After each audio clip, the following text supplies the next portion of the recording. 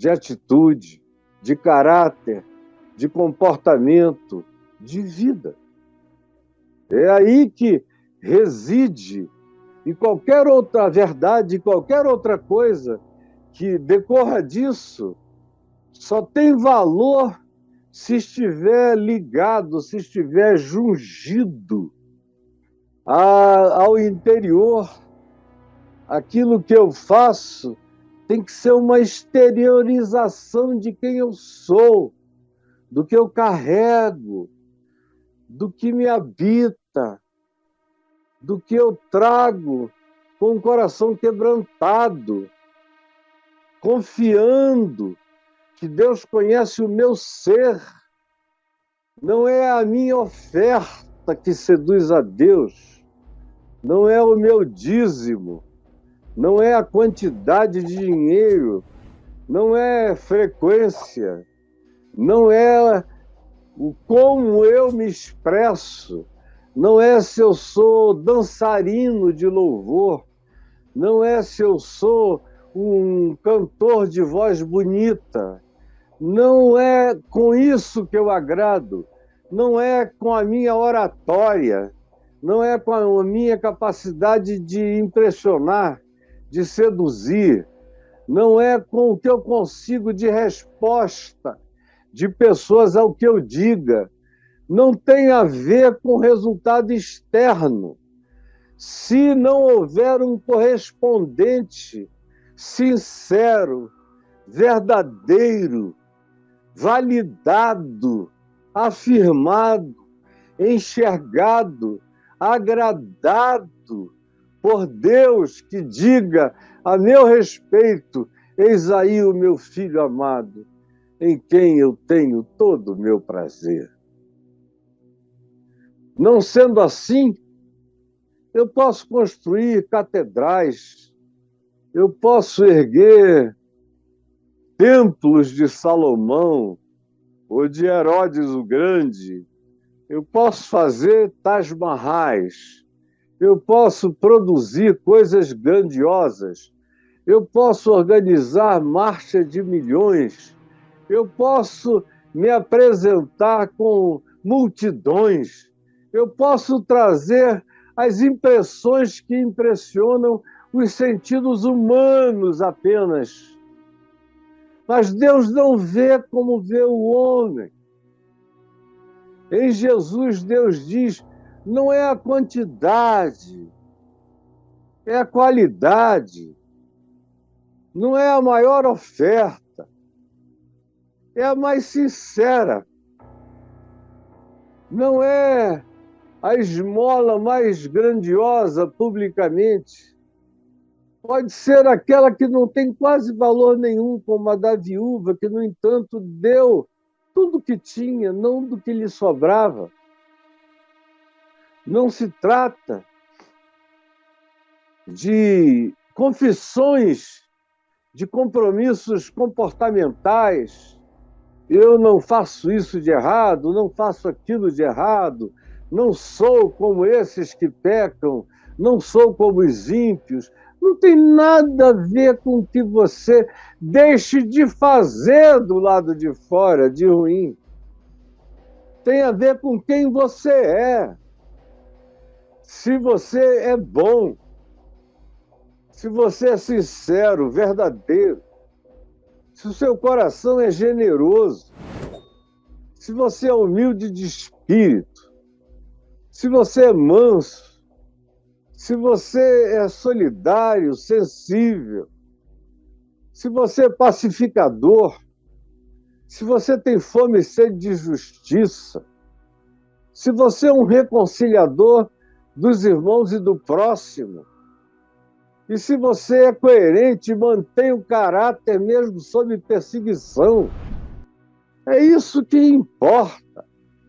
É essa beleza, é essa a formosura, é essa a estética que Deus considera que é feita dessa ética que habita o ser, o interior, o coração e que transforma a vida. Mas Caim trouxe, infelizmente, uma oferta para a passarela da religião, uma oferta para o desfile, uma oferta para a marcha para Jesus, e não uma oferta do quarto fechado, do escuro, da solitude, do quebrantamento, do choro, da certeza de que eu mesmo não tenho nenhuma justiça, eu não me ofereço meritoriamente a Deus para nada, nem acho que as minhas obras são bastante, que o que eu faça seduza a divindade, que o meu comportamento constranja a Deus a me abençoar, que as expressões de visibilizações que porventura agradem os sentimentos, os pensamentos e a estética humana carreguem a mesma impressão esmagadora para o coração divino, que não vê como vê o homem vê a aparência, o Senhor, porém, vê o coração.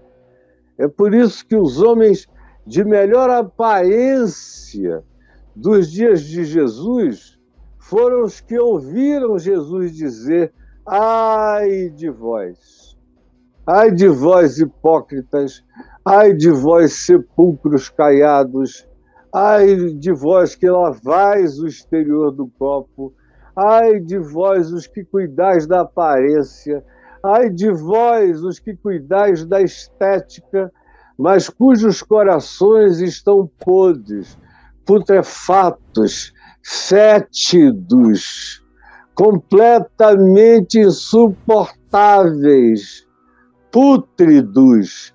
Não dá para abrir a boca, porque o hálito de vocês denuncia a podridão do interior de vocês. Ai de vós!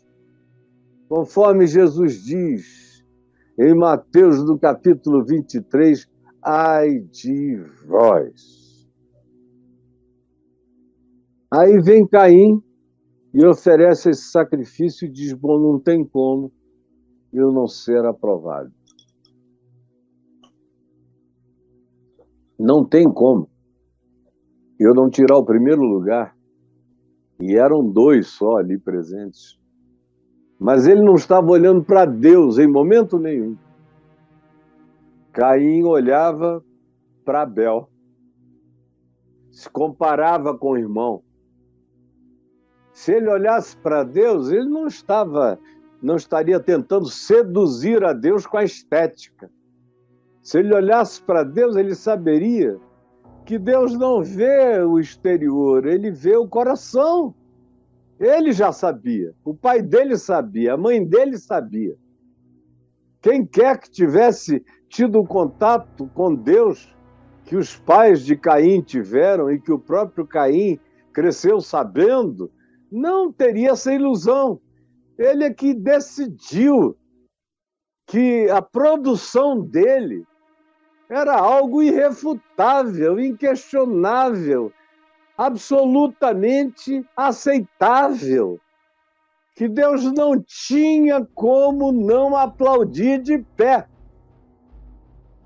E ele chega com essa atitude, que é arrogante, que é tosca, que é superficial, que é idolátrica, que transforma Deus num ser do tamanhozinho de Caim, que se impressiona com as impressionabilidades das cores, das formas, dos contornos, das estruturas, das estéticas, das mecânicas, das liturgias, e apresenta a sua oferenda e diz: quando ele olha para o lado e vê Abel chegando com coisa nenhuma, só com uma ovelhinha, um cordeiro,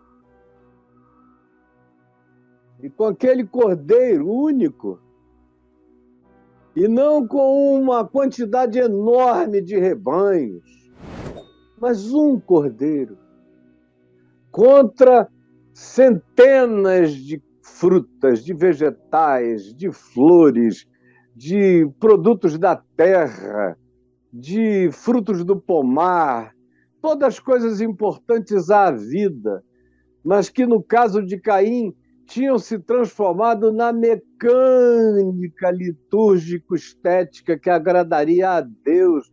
Era um sacrifício da cara para fora e não do coração para dentro. Aí vem Abel, sem confiar em nada do lado de fora, sem estética nenhuma, sem beleza alguma que agradasse. Era como Isaías 53, era como uma ovelha levada para o matadouro, em silêncio. E lá vem ele, sem palavras, sem discursos, sem liturgias, sem uma coroa de flores no pescoço da ovelha, sem embelezamento dela, sem nada. Era só ela, pura e simples. E ele vem com uma faca, e ainda de pedra, porque era o que eles tinham ainda. A idade do bronze iria se firmar depois. Mas eles ainda aravam com material bem simples. E Abel se aproxima com aquela ponta de faca, com aquela pederneira fina, afiada, cortante, que tinha o poder de uma faca. E corta e degola o pescoço da sua ovelha e a deita no altar de pedra. E o sangue esguicha e se derrama no silêncio dela, que se entrega silenciosamente, sem voz nenhuma, sem discurso nenhum. Era só o derramamento do sangue. E o que o coração de Abel dizia: Senhor, eu sou um pecador. Nem a minha vida serve para pagar pela minha própria vida. Porque eu sei que eu não carrego virtudes para te agradar. Tu és santo, santo, santo. E eu sei quem eu sou. Eu sou filho dos meus pais. Eu pequei no pecado dos meus pais e na minha própria natureza, que não é melhor do que a deles. Me cobre, me veste. Tu vestiste os meus pais que tentaram se vestir de folhas do campo, de folhas de figueira, mas não eram o bastante porque eles próprios só estavam enxergando da cara para fora e pensaram que a nudez dele era exterior, quando na realidade a nudez deles era no espírito. Eles tinham perdido aquela noção de estarem cobertos pela tua graça, pelo teu amor. Eu peço que tu me cubras, que tu me propicies, que tu sejas a minha cobertura, que tu me acolhas. E é na simbolização desse cordeiro imolado em favor do meu pecado, da minha culpa, como inocente que paga pelo culpado que sou eu, que eu peço que tu me recebas. E essa oferenda se torna algo arquetípico e épico, porque ela é aludida em vários outros lugares, como, por exemplo, em Hebreus, do capítulo 11, que se fala do sangue da oferta de Abel, que se tornou e fala coisas superiores, e depois o próprio sangue de Abel derramado pelo ódio do seu irmão fala coisas superiores a qualquer outro sacrifício, até a chegada do sacrifício de Jesus. E aí, quando Caim olhou para o lado, para aquela coisa tosca, cruenta, que não havia nenhuma beleza que lhe agradasse, e aquele irmão dele só pedindo que o pecado e a iniquidade fossem cobertos por uma oferta de vida, pela própria vida dele, e oferta de sangue, que designava o fluir da vida em favor da vida dele. Ele olha e diz: é um tosco mesmo, sem nenhuma noção. Olha a beleza da minha liturgia. E aí o que aconteceu? É que Deus se agradou de Abel e de sua oferta. Mas de Caim e de sua oferta, o Senhor não se agradou. É estranho. Aí Caim, quando percebe que não tinha nada a ver com estética, com beleza, com exterioridade, com aparência, com estrutura, arquitetura religiosa, com nada disso, que era simples, era tipo: entra no teu quarto e fala com teu pai que está em secreto, e teu pai que vem em secreto te recompensará. E ele odeia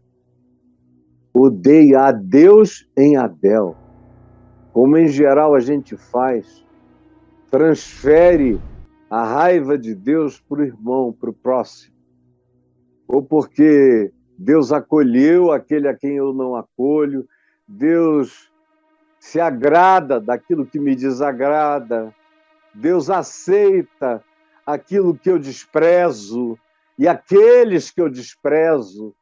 E aí o meu ódio a essa graça divina, que não tem coragem de se declarar como ódio a Deus, covardemente se transfere como ódio ao irmão, ao próximo, ao outro, ao diferente, ao que não tem culto como nosso culto, não tem a doutrina como a nossa doutrina, não tem os dogmas das nossas construções, das nossas invenções, das nossas produções, das nossas elaborações, das nossas teologizações tão elaboradas, e de repente é o simples de coração, é o puro, é o que não tem nada a dar e oferecer, mas que chega em espírito e em verdade, quebrantadamente, aquele que volta justificado para sua casa, como Jesus contou na história do publicano e do fariseu. Como Jesus contou na história do sacerdote e do levita, em comparação com os samaritanos. Os dois primeiros pularam, fugiram da oferta de angústia no chão da estrada.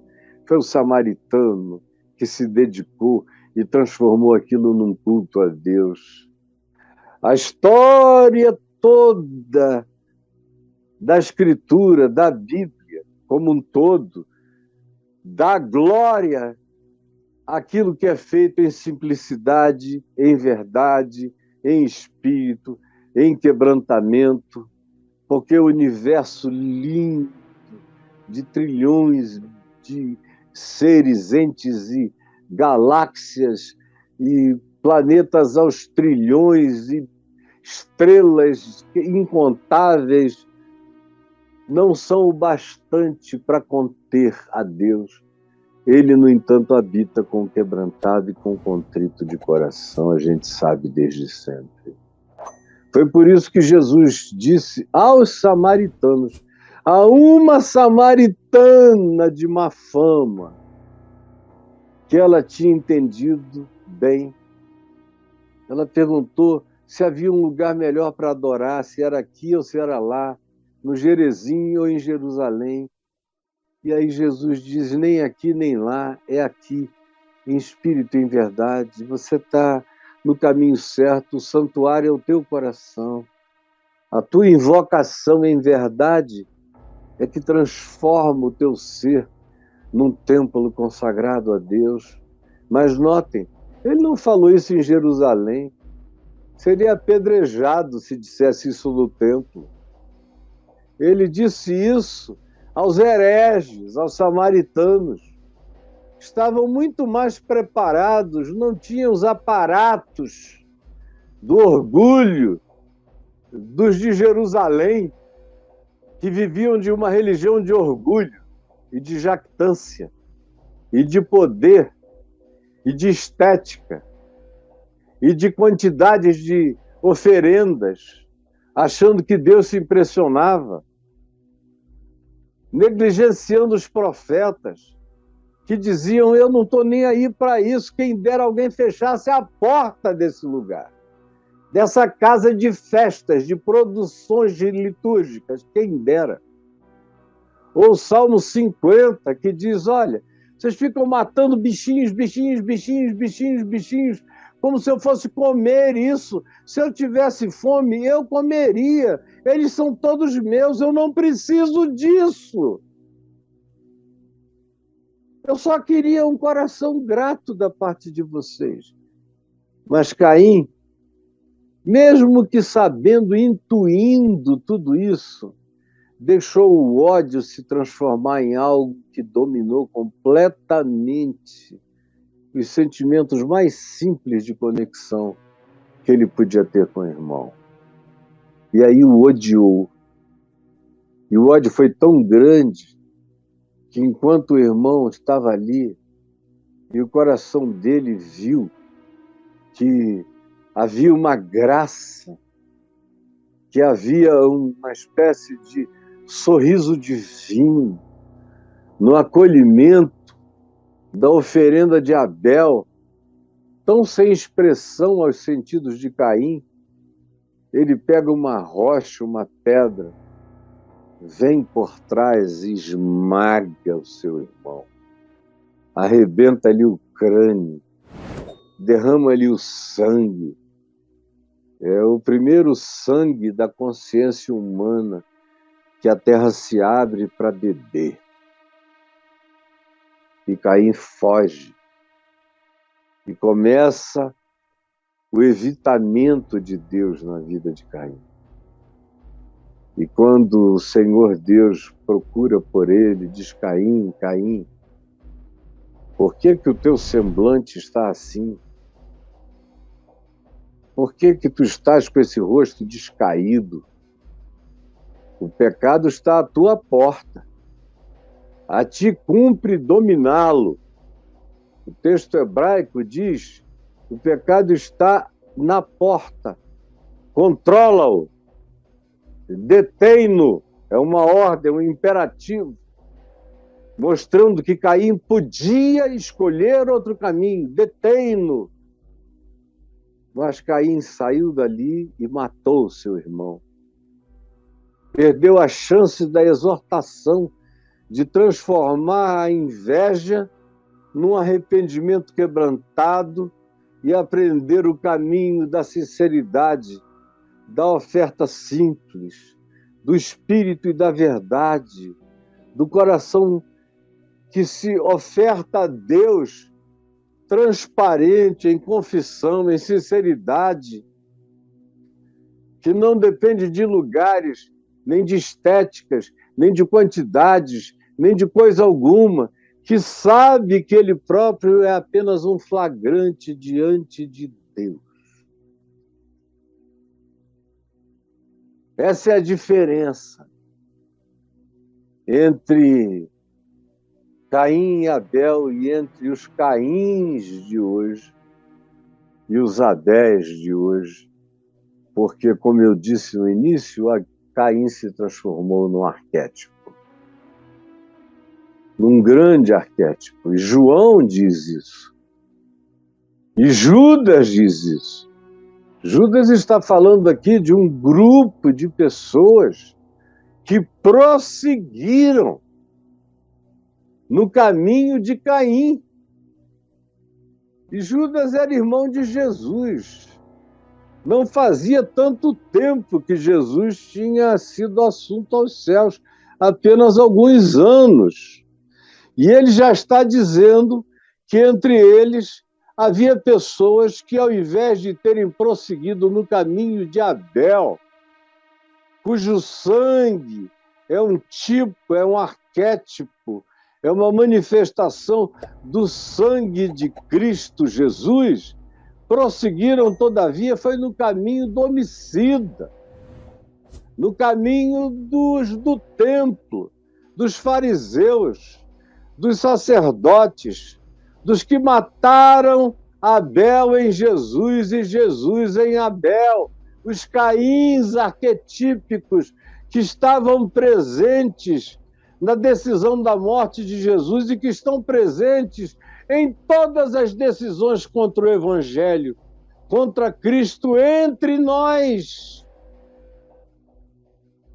Eu tenho a ousadia de dizer que praticamente toda essa liderança, com exceção das exceções que justificam a regra, quase todas essas lideranças prosseguem no caminho de Caim.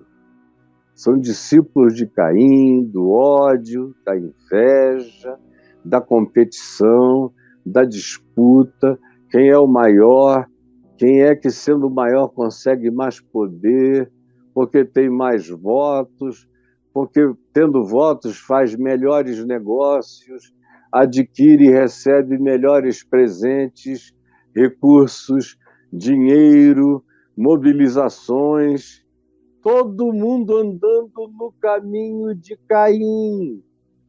E os ignorantes indo atrás, levando a bandeira ou até a arminha. Nós estamos hoje numa época, na época de Caim, todo mundo com a arminha, até na marcha para Jesus. Armando, eu tenho visto e assistido pastores, não só aquele pastor esdrúxulo, patético, indescritível, com aquele outro ungindo as AR-15, as metralhadoras, para proteger o povo de Deus com bala. Coisa horrorosa. Não somente eles, mas milhares de outros, em cuja mente o espírito de Caim tomou conta. Nós estamos lidando com a potestade de Caim, essa potestade da intolerância, do ódio, da raiva, que pergunta quem é o maior, porque do ponto de vista de Caim, o maior é o melhor. Quem tem a construção mais imponente, esse é que agrada a Deus, esse é que traz o testemunho.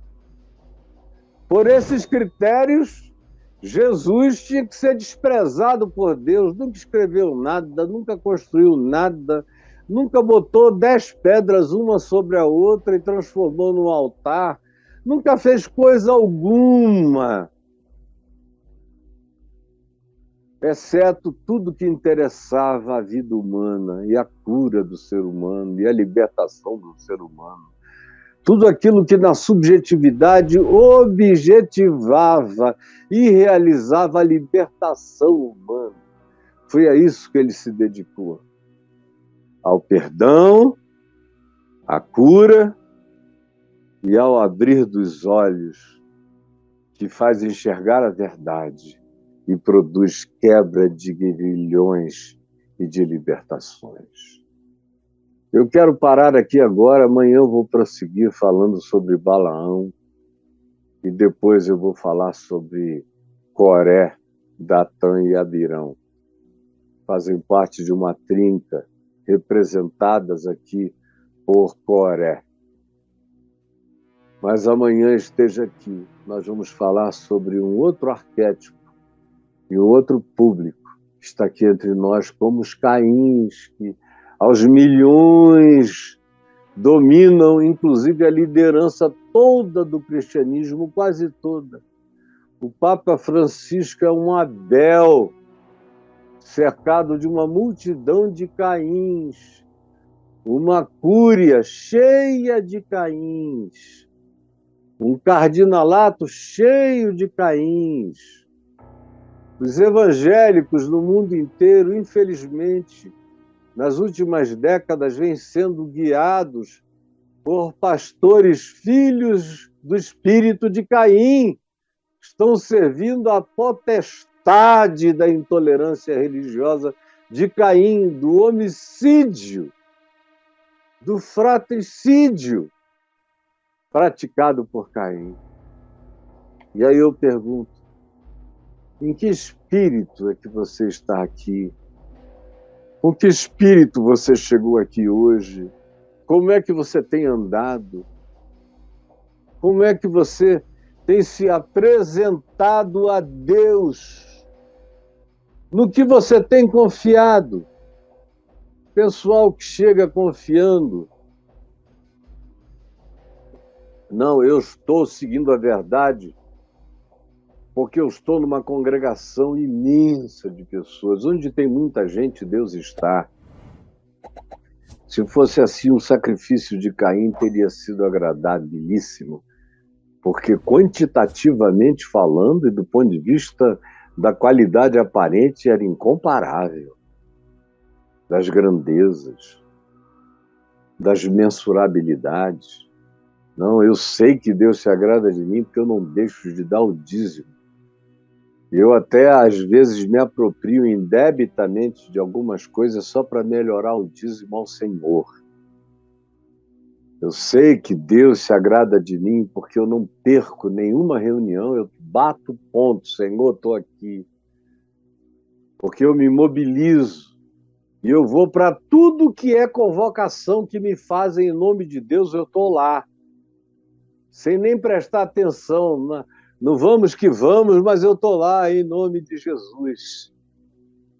E se onde tem o grito mais alto, eu boto o meu grito junto, que se é um grito para a glória a Deus, Deus tem que estar gostando mais do grupo que grita mais do que daqueles que não gritam e que entram nos seus quartos e oram em silêncio. Isso é um grupo de perdedores, de losers, eu não quero nem saber disso.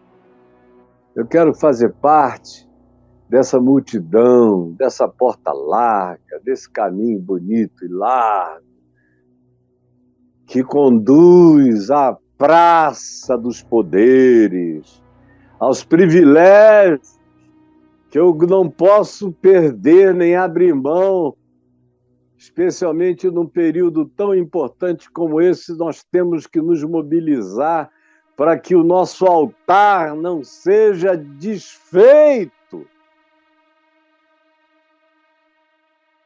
Mas parece que só uns poucos conseguem me entender.